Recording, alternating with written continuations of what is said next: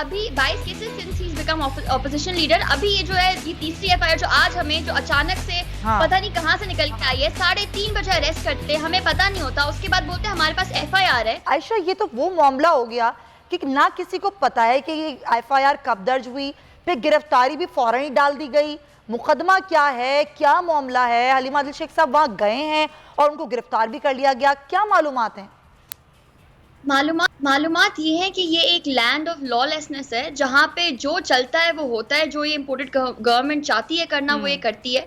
आप किसी के घर वालों की सिचुएशन समझे, किसी के चाहने वालों की सिचुएशन समझे कि रात को 3:30 बजे सिविलियन कपड़ों में एक वीगो के अंदर 8-9 लोग आते हैं, वो उनको उनके कमरे से उठा के ले जाते हैं, जो उनके साथ उनका स्टाफ मौजूद था, उसको बोलते हैं आप हमें फॉलो ना करें, आप पुलिस थानों में ढूंढेंगे तो आपको थानों में ढूंढने से ये नहीं मिलेंगे।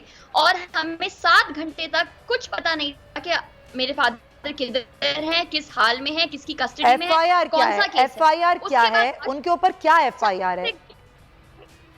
30 years पुरानी अपेरेंटली, मुझे तो समझ भी नहीं आई where it started and like what it's trying to say even, क्योंकि कोई 35 years पुरानी कोई पता नहीं कहां से, क्योंकि आपको अगर आपके चैनल ने भी बहुत बार दिखाया है, मैं बहुत शुक्रगुजार हूं आप लोगों का कि आप लोग मुझे अपॉर्चुनिटी देते हैं एक्सप्रेस करने की अपने आप को।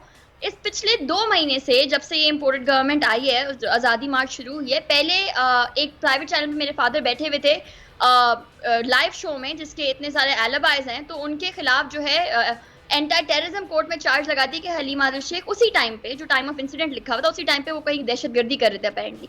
फिर कोई एंटी इंक्रोचमेंट कोर्ट में, उसमें दोनों में बेल हो गई। इससे पहले भी हम कोई 22 केसेस जो हैं, जब से मेरे फादर ऑपोजिशन लीडर बने, 22 केसेस, इसमें कुछ में हमें कोर्ट रिहा कर चुकी है, कुछ में केसेस चल रहे हैं, कुछ में उसमें डेफेमेशन केसेस हैं, कभी आप अपना वोट डालने 22 केसेस आयशा ये अचानक ही हो गए? ये किसने एफआईआर दर्ज करवाई है, ये कौन लोग हैं? अभी 22 cases since he become opposition leader. अभी ये जो है ये तीसरी एफआईआर जो आज हमें जो अचानक से पता नहीं कहां से निकल के आई है, 3:30 बजे अरेस्ट करते, हमें पता नहीं होता, उसके बाद बोलते हमारे पास एफआईआर है, एफआईआर के बेस पे हमारे पास अरेस्ट करने का वारंट है, जो उनको कस्टडी में लेने के लिए उनको डिफरेंट प्रोविंस में चाहिए होता है, वो 7:30 बजे। तो आप मुल्जिम को, अलेजिड मुस्लिम को पहले अरेस्ट करते हैं, और अरेस्ट भी कैसे करते हैं, कौन सी वर्दी, कौन सा वारंट, कौन से लॉयर, कौन सी फैमिली, कोई मतलब कोई हाल ही नहीं है ना। लॉलेसनेस इस पॉइंट पे जाके पहुंच चुकी है कि 7-7.5 घंटे तक आपको एक सिटिंग ऑपोजिशन लीडर का वेयर अबाउट नहीं पता। सिंध का ऑपोजिशन लीडर पंजाब जाता है और उसको गिरफ्तार कर लिया जाता है, ये भी नहीं मालूम कि ये एफआईआर दर्ज कब हुई है और ये दर्ज किसने करवाई है। दर्ज हुई है 7:30 बजे अपेरेंटली, कहां पे, और अभी आपको मैं फौरन ये बात भी बताती चलूं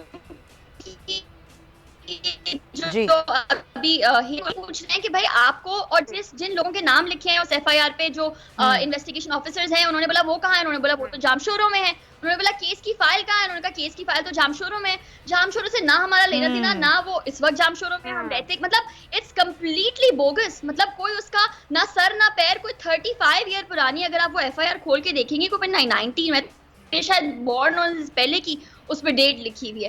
तो मैं सिर्फ ये पूछना चाहती हूँ कि हलीमा आदिल शेख इतना बड़ा कोई इनके सामने, जो जब से ऑपोजिशन लीडर बना 22 के 22 केसेस आना शुरू हो गए, और जब से आज़ादी मार्च शुरू हुई तो और इससे पहले ये भी मैं बताना चलूँ कि अभी इन्होंने बोला कि आज 7:30 बजे हमने जो है वो ये पिटिशन डाली है, या जो भी इनका केस आया, पिछले पूरे हफ्ते हमारे घर के अराउंड 25 से 30 मोबाइलें थी, हमारे घर को सराउंड हमारी कॉल था, और उसमें वो पुलिस मोबाइल्स भी थी जो सीएम हाउस की सिक्योरिटी एस्कॉर्ट सिक्योरिटी डिटेल में इनलिस्टेड हैं।